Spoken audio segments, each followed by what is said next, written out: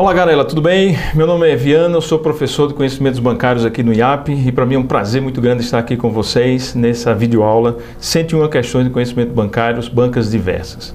Nós vamos trabalhar nessa videoaula 5 bancas: Fundação Carlos Chagas, CESP, Sesgran-Rio, ACEP e FSADU. São as principais instituições que elaboram questões de conhecimento bancário. Nossa disciplina é bastante abrangente. Muito abrangente. Para vocês terem uma ideia, um só tópico do edital dá caldo para se falar muitas coisas e elaborar muitas questões. Então, qual é a proposta dessa videoaula? Como é que eu separei e selecionei 101 questões para vocês? Ora, 101 questões são mais de 5 provas. Então, qual é a proposta? A proposta é que, ao final ou durante essa videoaula, você vai complementar seu estudo. Então, a proposta é para aqueles alunos que estão assistindo minhas aulas presenciais, aqueles que assistem minhas videoaulas, complementar o estudo. E aí nós vamos visitar os principais pontos dos editais dos concursos de Banco do Brasil, Caixa Econômica, BNB, entre outros. Ah, professor Viana, mas e se eu não estou estudando ainda? Se eu estou começando a ter contato com a disciplina agora, será que vai servir? Vai porque também é proposta que essa videoaula desperte em você a vontade, o interesse pela disciplina. E aí você vai gostar da disciplina e os princípios ficarão. E aí quando você começar a estudar, quando você começar a ler a teoria, você vai ter uma associação forte com os exercícios que nós estamos comentando agora. Então serve tanto para quem já está estudando, como complemento, para quem está começando agora também serve. Então, nós vamos elaborar o seguinte: as questões foram separadas já e tem algumas questões que elas são do tipo assim, que eu chamo vapt-vupt. Você bateu o olho, leu o enunciado, você já sabe qual é a resposta. Não adianta a gente ficar discutindo por que não é essa, por que não é aquela. A resposta é uma e nesse tipo de questão eu não vou parar. Por exemplo, se houver uma pergunta do tipo assim, quantos dias depois do fim da reunião do Copom é divulgada a ata? Acabou-se, a resposta são 6 dias úteis. E não é, porque eu não vou dizer, não é 4 porque não é 4, não é 3 porque não é 3. Então, nesse tipo de questão, a gente dá a resposta e segue em frente. Mas outras questões vai ser necessário a gente comentar um pouquinho, porque ele traz algum princípio novo, alguma ideia um pouco mais difícil. Então, nessa questão, a gente vai parar um pouquinho e comentar. Existem outras questões também que a gente vai encontrar a resposta nas próprias alternativas. Ele pede uma coisa muito geral e a gente vai ter que ler as alternativas para descobrir aquilo que ele está propondo. Então nós temos esses 3 tipos de questões, algumas a gente vai ser um pouco mais rápido, outras a gente vai demorar mais um pouquinho. A minha sugestão para vocês é o seguinte: assistam os vídeos, revejam os vídeos, vocês podem assistir até 5 vezes cada vídeo, faça suas anotações, busque a literatura se necessário. E ainda assim, permanecendo dúvida, escreva para a Viana. No final das videoaulas, vocês vão ter os meus contatos. Eu vou deixar tudo aí para vocês verem. Pode escrever para mim, não tem problema nenhum. Nós vamos manter esse contato sempre, ok? Então, nesse momento, eu quero convidá-los para navegar comigo nesse universo maravilhoso que é a disciplina Conhecimentos Bancários, tá? Durante essas videoaulas, nós vamos visitar 7 pontos principais. Primeiro, nós vamos ver Sistema Financeiro Nacional. Conceito, estrutura e quais são os participantes do Sistema Financeiro Nacional. Depois nós entraremos em mercado de capitais ou mercado de valores imobiliários. Aí nós vamos ver sociedade anônima, ações, debêntures, bolsa, balcão, etc. Depois nós migraremos para o mercado de câmbio. Câmbio é troca de moedas, né? A paridade de nossa moeda com moedas estrangeiras. Vamos navegar questões do mercado de câmbio. Depois nós entraremos em garantias do Sistema Financeiro Nacional. Nós vamos ver pessoa física, pessoa jurídica, domicílio, etc. Depois disso, nós vamos então aprofundar produtos e serviços bancários. E aqui tem muitos produtos e serviços bancários. Então nós vamos ver os principais, aqueles que foram mais explorados nos últimos concursos. Terminados produtos e serviços bancários, nós entraremos questões de outros produtos e serviços, que muito embora não sejam bancários, mas são produtos que a gente encontra nos bancos também. Ok? Vamos concluir então com o crédito rural, que será o último tópico de exercício, e ao final do crédito rural, uma surpresa para vocês, nós vamos fazer uma revisão geral. Tipo um poporri, algumas questões assim, bate pronto, eu jogo a questão, você responde aí, eu respondo aqui, e a gente visita todos esses 7 pontos falados aqui anteriormente. Ok? Estamos combinados? Então vamos lá, vamos à primeira questão elaborada pela Fundação Carlos Chagas, que diz o seguinte: ao conjunto de instituições financeiras que mantêm o fluxo de recursos entre poupadores e investidores denominamos. Pronto, essa é uma daquelas questões que não adianta a gente ficar comentando, só existe uma resposta certa. Eu gostaria de chamar a atenção de vocês para essa palavrinha aqui, conjunto. A palavrinha conjunto já nos reporta a resposta. Porque sistema nada mais é do que conjunto de elementos. Então, falou em conjunto, você já liga a sistema. Então, nós só temos uma resposta aí, onde figura a palavra sistema. Então, o conjunto de instituições financeiras que mantém o fluxo de recursos entre poupadores e investidores é sistema financeiro. Então, a resposta é letra C. Ok? Mas vamos falar um pouquinho sobre esse fluxo de recursos entre poupadores e investidores. É preciso a gente compreender isso bem. E aí eu peço a atenção de vocês, muita atenção a essa animação, gravem-se em sua mente, que isso vai ajudá-los em muitas questões doravante.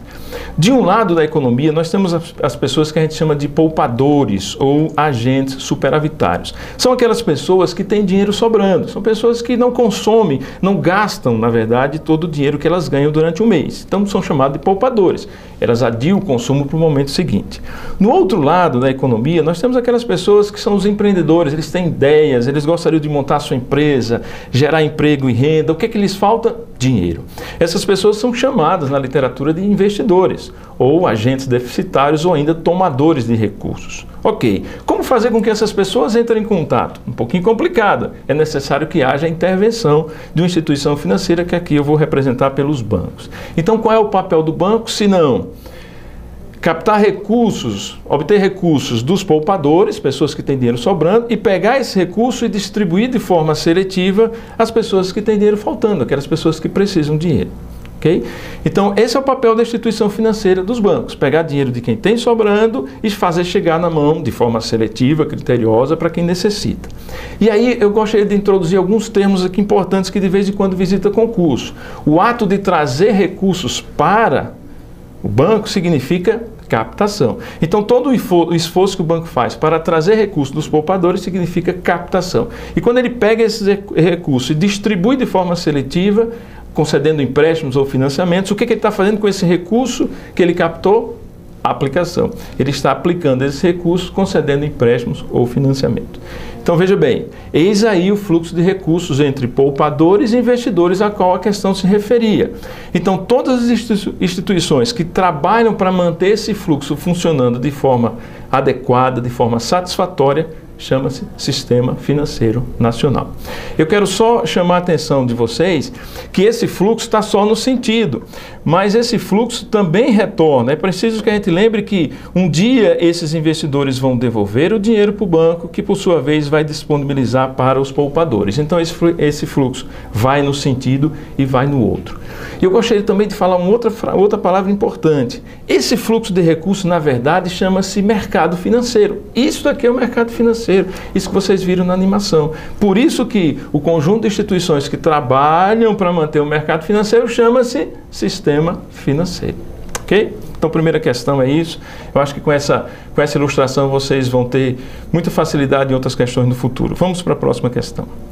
A próxima questão diz o seguinte: o Sistema Financeiro Nacional é constituído por todas as instituições financeiras públicas ou privadas existentes no país. E seu órgão normativo máximo, pronto. O que ele quer saber? Qual o órgão normativo máximo do Sistema Financeiro Nacional? Pronto. É uma outra questão que só tem uma resposta certa. E qual seria a resposta certa do seu órgão máximo? Conselho Monetário Nacional, letra C. Eu gostaria de aproveitar esse momento para mostrar para vocês como é que é a estrutura do Sistema Financeiro Nacional. E eu também convido-os a gravar bem essa estrutura, porque essa estrutura lhe ajudará a responder muitas questões sobre o sistema financeiro. Percebam aí que nós temos como órgão normativo máximo o Conselho Monetário Nacional, que nós já acabamos de identificar na questão. Logo após, nós temos dois outros conselhos.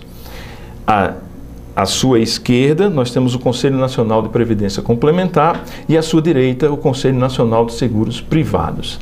Esses três conselhos formam o que a gente chama de instituições normativas do sistema financeiro. O Conselho Nacional de Previdência Complementar, ele normatiza previdência fechada. Nós vamos ver um pouquinho mais na frente o que é previdência fechada. Já o Conselho Nacional de Seguros Privados, que está à nossa direita, ele normativa seguro, capitalização e previdência aberta. E o Conselho Monetário Nacional, muito embora ele possa apitar em todas as áreas, mas ele é responsável especialmente pelas políticas monetária, creditícia e cambial, e também ele normatiza valores mobiliários ou mercado de capitais. Então aqui nós temos a área de atuação de cada conselho. Eu gostaria de chamar a atenção para vocês o seguinte, aí eu vou riscar um pouquinho aqui nessa ilustração, olha só. Esse conselho aqui, à nossa direita, Conselho Nacional de Seguros Privados, ele não consegue sozinho normatizar e fiscalizar as instituições financeiras que estão subordinadas a ele. Então ele vai precisar de um órgão fiscalizador, supervisor, que é a SUSEP. Então a SUSEP vai fiscalizar, vai supervisionar o quê? Seguros, capitalização e previdência aberta. No lado esquerdo nós temos o mesmo princípio. O Conselho Nacional de Previdência Complementar precisa de um órgão que vai fiscalizar e supervisionar todas as normas por ele estabelecidas. Quem é esse órgão? Previc, ou Superintendência Nacional de Previdência Complementar. Mas também ela vai supervisionar a área de previdência fechada. E aí um detalhe importante, o Conselho Monetário Nacional, como ele trabalha com duas grandes áreas, políticas monetária, creditícia e cambial e valores mobiliários, que é coisa demais, ela vai precisar de duas instituições para supervisionar. O Banco Central, especificamente nas áreas monetárias, creditícia e cambial, e a Comissão de Valores Mobiliários na área de valores mobiliários. Tá claro isso aí? Bem divididozinho, mas não esqueça, o Conselho Monetário Nacional, como órgão máximo, se necessário, ele vai normatizar sobre qualquer uma das áreas, muito embora ele trabalhe mais com as que eu mostrei aqui. Ok? Então vamos lá. Alguns autores também colocam a divisão dessa estrutura da seguinte forma. Os três conselhos formam o que a gente chama de órgãos normativos, o que vai aparecer aí para vocês, e algumas bancas adotam essa divisão. Os quatro do meio aqui são os órgãos supervisores ou fiscalizadores, e a turma de baixo, que são as que fazem acontecer, são as instituições financeiras que realmente estão no dia a dia em contato com o público em geral, pessoa física, pessoa jurídica, ente público, etc., são chamados os operadores do Sistema Financeiro Nacional. Então nós temos três divisões, os normativos, os três conselhos, supervisores, essas quatro instituições que eu citei, e os operadores. Algumas bancas também adotam outra divisão, pega esse grande sistema e divide em dois subsistemas. O primeiro subsistema compõe dos três conselhos e dos quatro supervisores. Esse subsistema é chamado de subsistema normativo. E o de baixo, que são os operadores, é chamado de subsistema de intermediação financeira. Legal? Essas informações já dará condições para você responder uma série de questões de concurso público. Vamos ver uma que vem logo adiante a respeito desse assunto.